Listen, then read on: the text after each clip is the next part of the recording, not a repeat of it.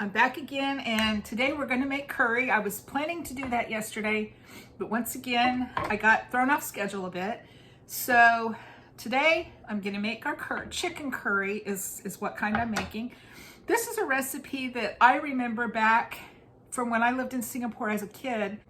I was finishing up my 9th grade in school, my freshman year in high school when we left Singapore. So I was fairly young when we lived there, but there's certain things I remember, you know, eating and our ama would make that sometimes through the years I've just really thought it would be nice to be able to have those things again. So I would I've tried to recreate some of those recipes myself, and this is one of them, chicken curry. I remember watching our ama. I would sit on the countertop sometimes and watch her cook. Her way of doing chicken curry, I can't do here in the States. I can't get things that she had. She would use the spices, a lot of different spices, and roast those in a pan and then put them in a great big, like a granite mortar and pestle. And she would just sit and grind and grind and grind until she had kind of a mushy, like a powdery, you know, and that was her curry powder. That was her flavor for the curry. Well, I can't get all of those spices where I live, and I don't have the big granite mortar and pestle. So I've been able to visit a global food market in St. Louis and find a lot of things, like as you go up and down the aisles of the grocery store, it's like a huge grocery store, but different aisles, you'll see the flag of the country that the food is represented there. I've been able to find different curry powders there, and I've just sampled and tasted, and this is what I have found that reminds me the most of the taste that I remember in the chicken curry as a kid. It's $2.99 for a 14-ounce bag, and that lasts me a long time. I keep it stored in an airtight storage container, and to make my chicken curry, I'll take 2 heaping tablespoons of this powder in a bowl and put just enough water and make a paste, like a thick paste. I'll show you when I do this. So that's one change I've had to make, is buying my own curry powder, because there's no way I can make my own. And the coconut milk, I buy a nice can of coconut milk at Walmart, and I remember my my ama and other people as well. I think I've even seen my mom do this. We would get coconuts, and there's a special thing that would open the coconut. I can't remember now how that was done. But then the thing they would use on the inside, it was like it had a handle on it. It was like a juicer, like a lemon juicer, but it had like curved spikes, and they would just work that inside the coconut, and little flakes of coconut would come out in a bowl. Then they would work that. They would take about a cup of that coconut with a cup of warm water and mix that and let it set, and then they would squeeze it through a cheesecloth to get the milk to come out of the coconut.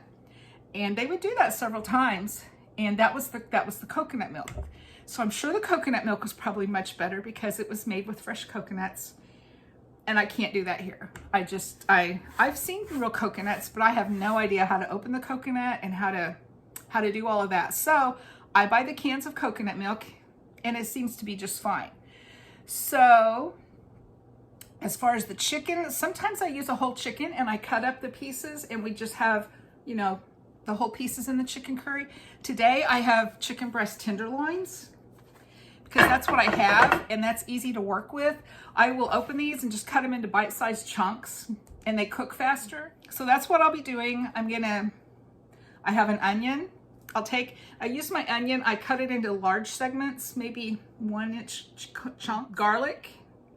Then I will add my chicken. I'll let the onion and garlic will cook for a little bit. Then I will add my chicken and stir fry it and get it to where it's pretty much done. Then I will smear the curry paste all over the chicken and give it a good stir. I'll add 4 cups of water to that and cover it and let it cook. And while it cooks for a little bit, I'll be peeling and chunking up some potatoes. I put potatoes in my chicken curry. I use a wok to cook. It cooks very fast, very hot heat. And it'll be done in just a very short while. It's actually a very easy recipe to make. Probably not the original kind where you have to grind up your own curry powder and make your own coconut milk, but here today, in today's world, I'm able to put a really good chicken curry together in a very short amount of time. So I'm gonna turn the camera and take you step by step through making my chicken curry. And I'll talk to you in a little bit.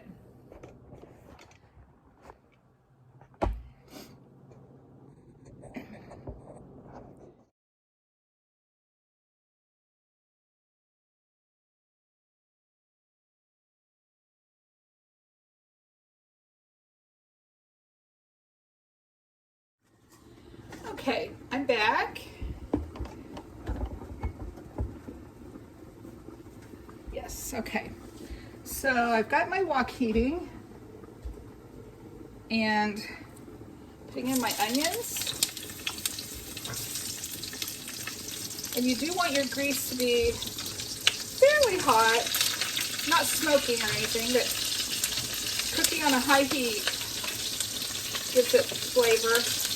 The onions cook fast and it's just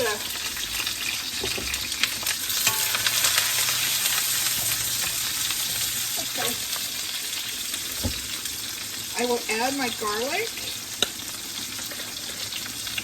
And I'm using the Great Value brand.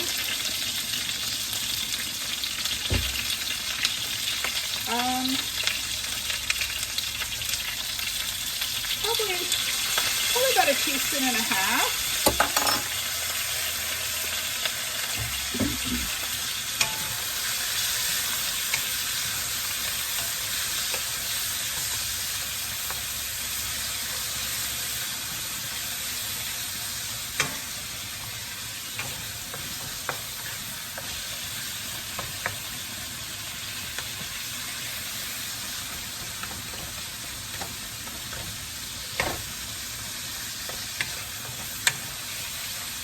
So this is just onions and garlic right now.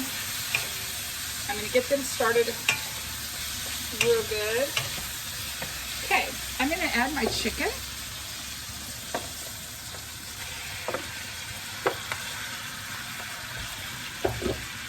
And I will salt and pepper this chicken.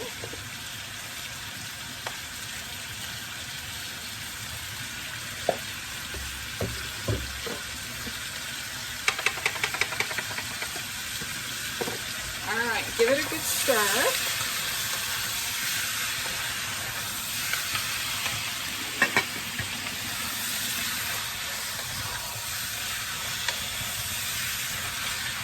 All right, so there it is, and it's cooking. I'm going to put my curry. I've taken my curry, about 2 heaping tablespoons of curry powder, and I added just a little bit of milk at a time until I got this very thick paste.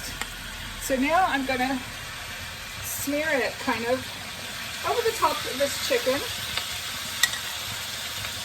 Doesn't have to be exact.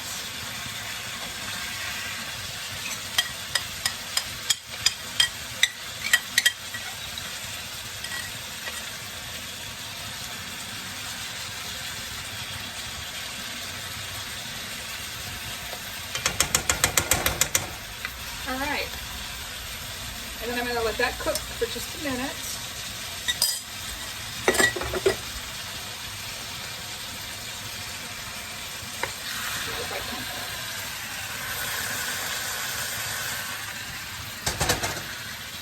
And then I begin to stir.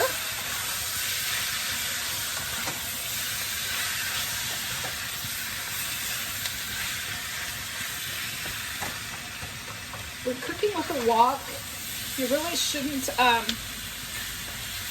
just let your food sit, because it will get too hot and it could burn easily.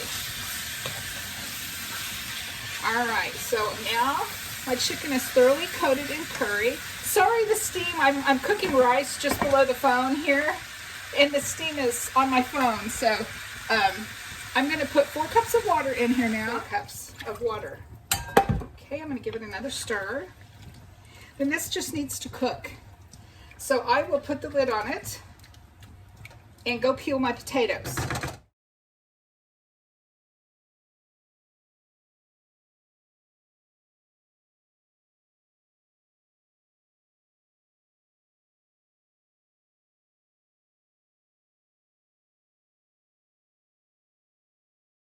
Okay, I'm back again. We've got the potatoes in and they're cooking and the rice is done.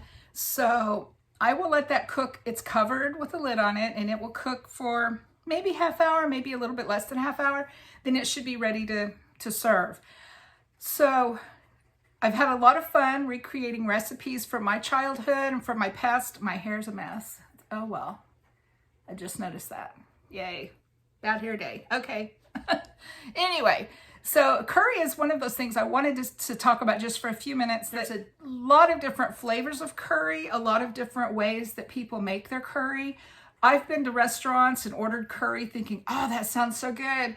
And it comes and I'm like, this isn't curry. I don't remember anything curry that ever tasted like this. So you might taste this recipe and say the same thing about my curry. Just get in there and experiment with your spices and see what tastes good to you. Because I tried to make what I was remembering from my childhood. And I think I've done a pretty good job. My mom and my sister both say that they like my curry. They remember my curry tasting like Singapore curry. We call it Singapore curry. I'll show you the finished product and be back in a little bit to do that. Okay, guys. The curry is done. And before I serve it, this is when I put my coconut milk in. And I just put a whole can in. And this is the brand that I use. Thai Kitchen. And, okay. Then I just stir that in.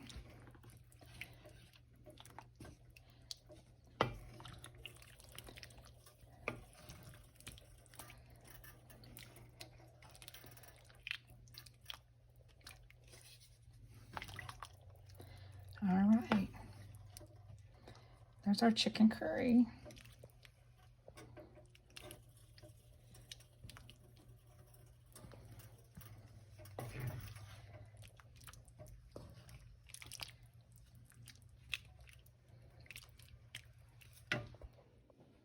Okay, so here's our finished product. Chicken curry and rice. And I'm serving it with toasted ciabatta bread. I put it in the oven on broil. And we have a taste tester tonight. Hey, Brent. Hello. So taste it and tell us what you think. Sure smells good and looks good. It might be hot, so be careful. I see the steam. Don't burn yourself.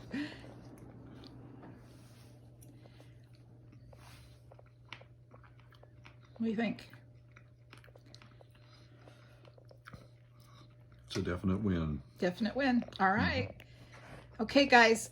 I'll talk to you later. I will see you on Thursday, and we'll be making some gumbo. Thanks for watching.